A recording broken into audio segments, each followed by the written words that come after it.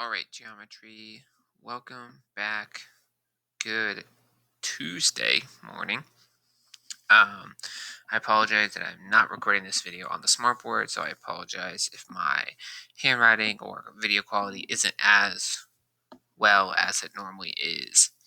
All right, so today we are going to talk about some special triangles and some special qualities of triangles that show up in two specific types of triangles that we might encounter in geometry. Um, so to start off with, we have these two triangles here that you compared at the beginning in your warm-up. So let's see if we can find the missing side for each of these triangles and then leave it in simplified radical form. So last we talked about, in order to find the missing side of a triangle, we talked about using a squared plus b squared equals c squared. So this was our Pythagorean theorem that we had talked about. So a squared plus b squared equals c squared. Um, now, if I look at my triangle right here, this 5, 5, and my unknown side, this can be my a, this can be my b, and this can be my c, which I'm trying to solve for.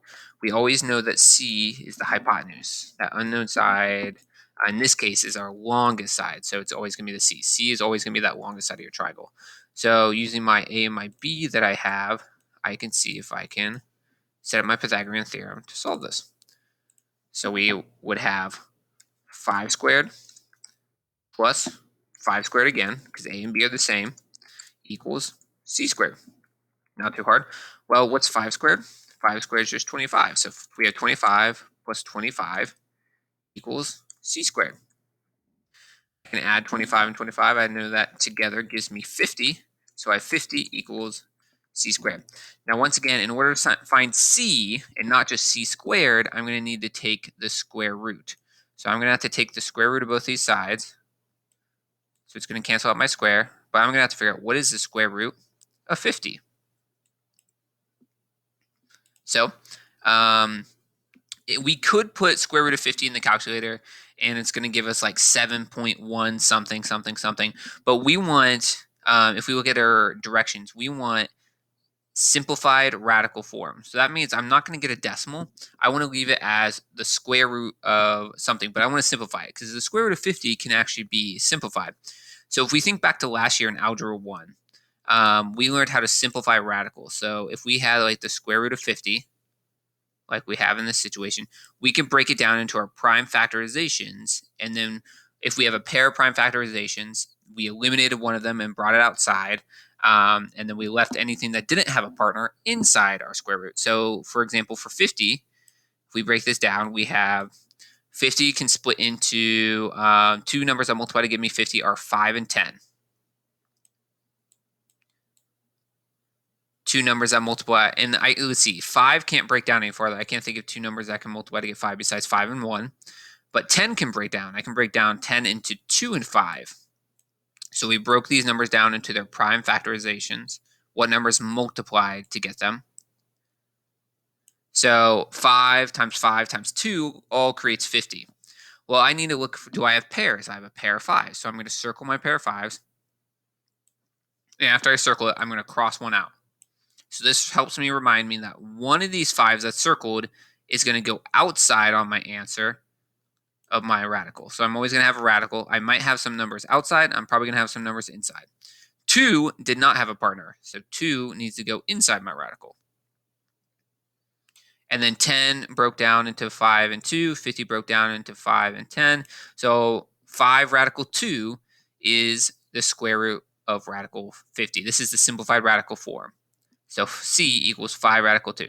Now, if you put 5 radical 2 in the calculator, and if you put square root of 50 in the calculator, you're going to get the exact same answer. It's going to be like 7.1 something, something, something. But this is the simplified radical form. It's the exact answer, not just an estimated answer. Because 7.111 or 7.1 da da da da da, it's not exact. It's not perfect. I have to round. This is the exact answer. So this is what it means by simplified radical form. So let's look at another example of this. So we have 7, and then my unknown c side again. So once again, I'm missing that c. So let's set up our Pythagorean theorem. This would be 7 squared plus 7 squared equals c squared.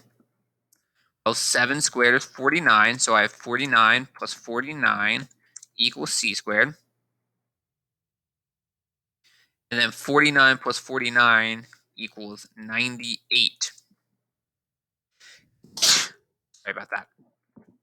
All right, so I have 98 equals c squared. So once again, in order to get c and not just c squared, we have to take the square root. So I have to take the square root of both 98 and then c squared is going to cancel out, and that's going to leave me with just c. So what is the square root of 98?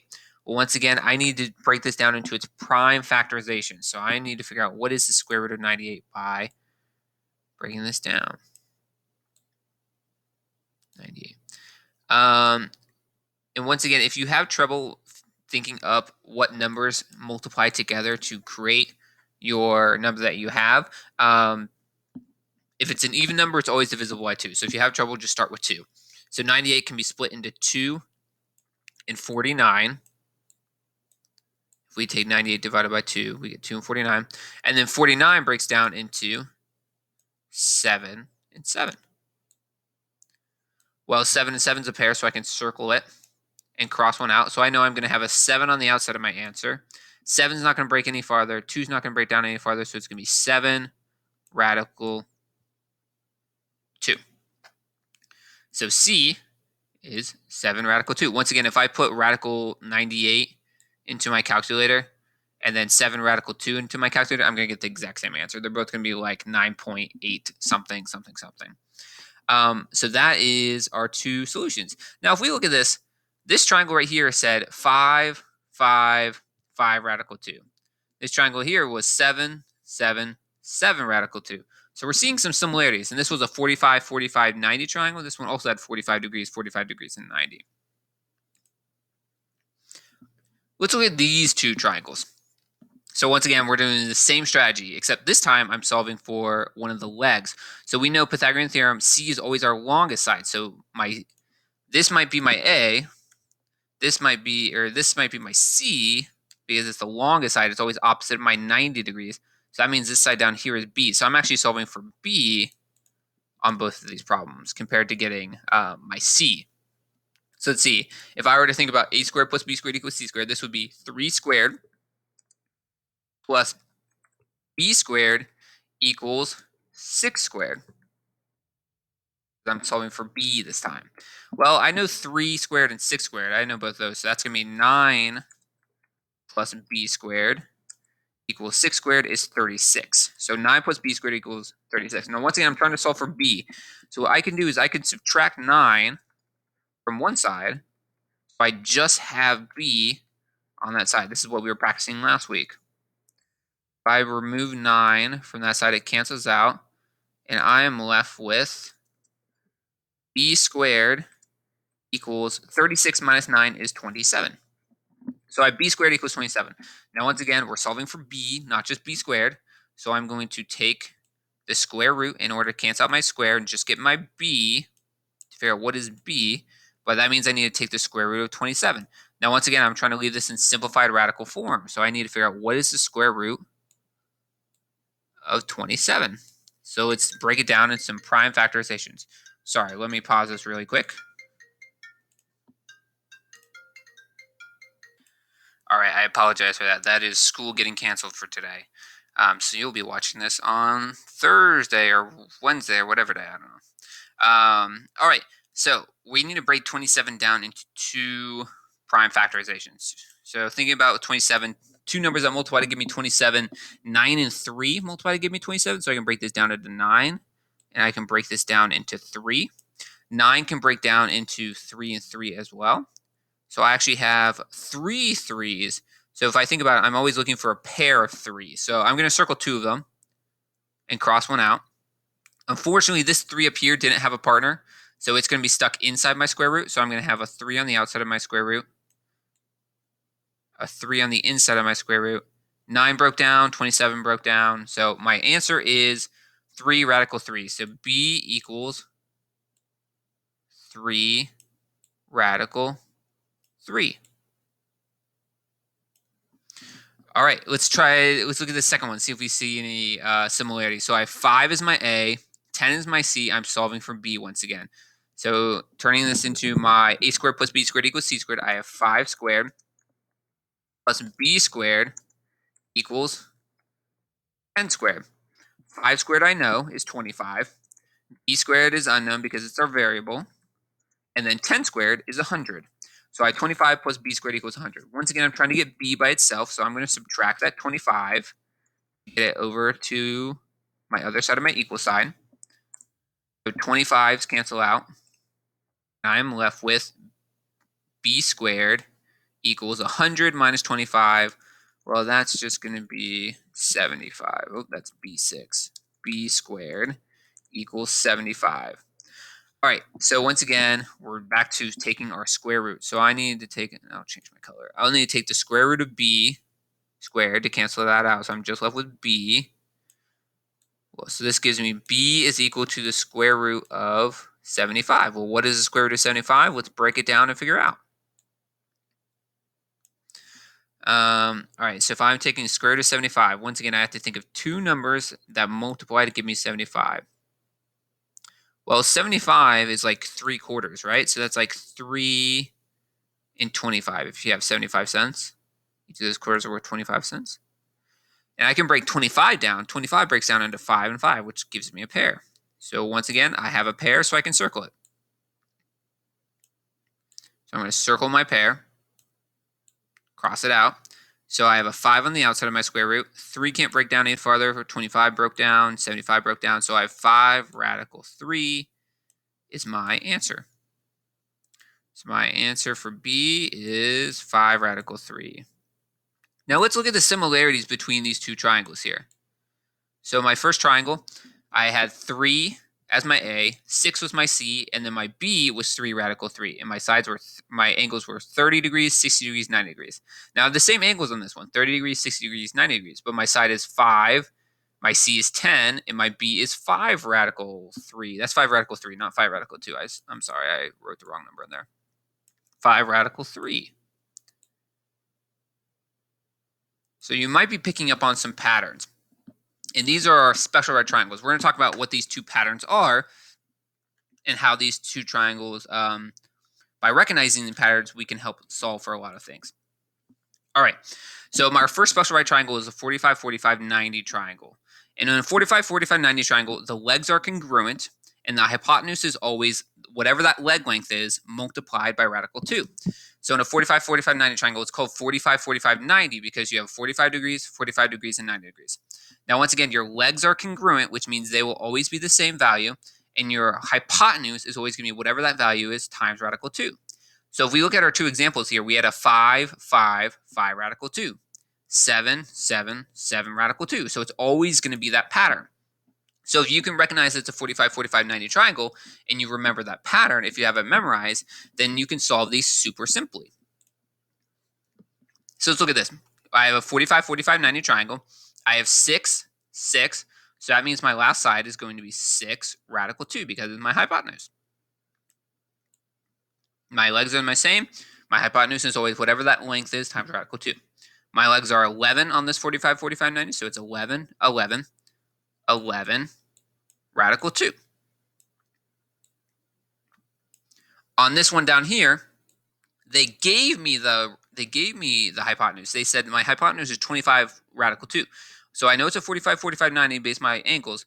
So I know my legs are always whatever that number is times radical 2, or my legs are whatever that number is in front of the radical 2. So that means each of these need to be 25.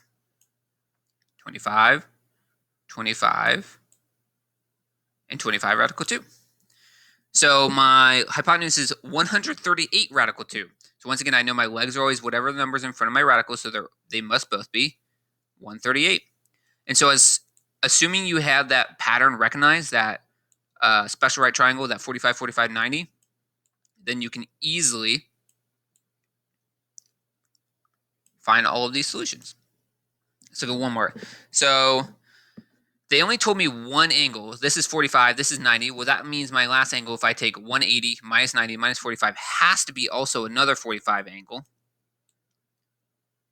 So it's still 45, 45, 90. I see one of my shorter sides is 5, so that means my other leg has to be 5. which means my longest side has to be 5 radical 2. Once again, we have a 45 and a 90, which means my missing side has to be 45 again, or my missing angle has to be 45. If my hypotenuse, the side opposite of my 90 degrees, is 3 radical 2, that means the 3 in front needs to be my leg lengths. And so these are super simple to solve, assuming you have that pattern memorized. So memorize that pattern. It's super easy. It's not too hard. If you need a little mnemonic device, I had a pre-calculus teacher in high school who would always call it boo, boo. So she would say boo, boo, boo, radical 2 was her little thing. And so essentially the boo represents whatever number is repeating. So it would be boo, boo, boo, radical 2. Or like boo, boo, boo, radical 2. 6, 6, 6, radical 2. If that helps you remember, great. If that doesn't help you remember, don't. Just forget what I said. I'll have a dumb little mnemonic device for this one as well. So we have our second special right triangle is called our 30, 60, 90 triangle. These are the two special right triangles we have. So we only have 2 pairs that you need to memorize. So we had our 45, 45, 90, which was the boo, boo, boo, radical 2, the same sides, and then the hypotenuse radical 2. The 30, 60, 90 is a little bit more complicated, but nothing too scary. So 30, 60, 90 are your degrees. So you have a 30 angle, a 60 angle, and a 90 degree angle. And where those angles are located is important because those will help show which sides are which.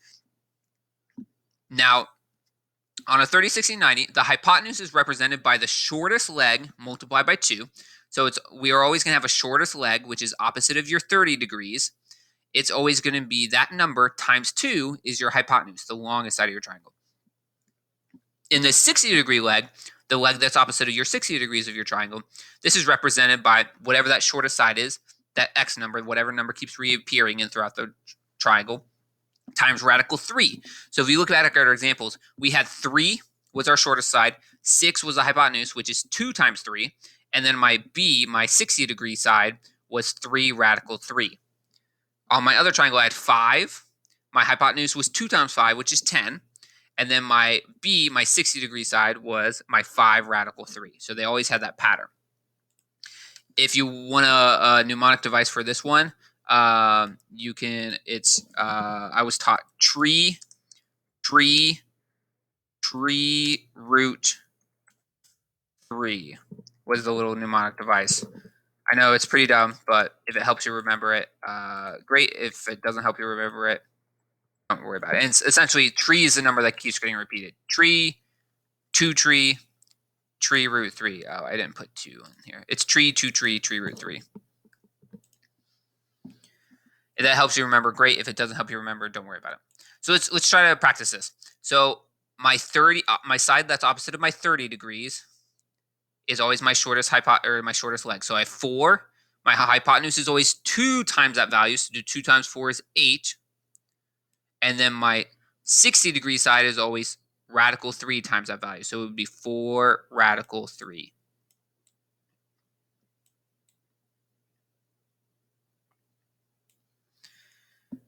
So opposite of my 30 degrees is my shortest leg. So 15. That means my hypotenuse is 2 times 15. 2 times 15 is 30. And then opposite of my 60 degrees is my radical 3 side. So 15 times radical 3, which is 15 radical 3. So tree, 2 tree, tree radical 3. So on this side, on this triangle down here, they gave me my 60 degree leg, which is 17 radical 3. Well, I know 17 radical 3, the number in front of my radical 3 is the number that keeps reappearing. So 17 needs to be my shortest leg. And then 2 times 17 needs to be my hypotenuse. So 2 times 17 is 34. 17, 2, 17, 17 radical 3. They gave me 103 as my radical 3 side. So that means my shortest leg is 100. And my hypotenuse is 2 times 100, which is 200.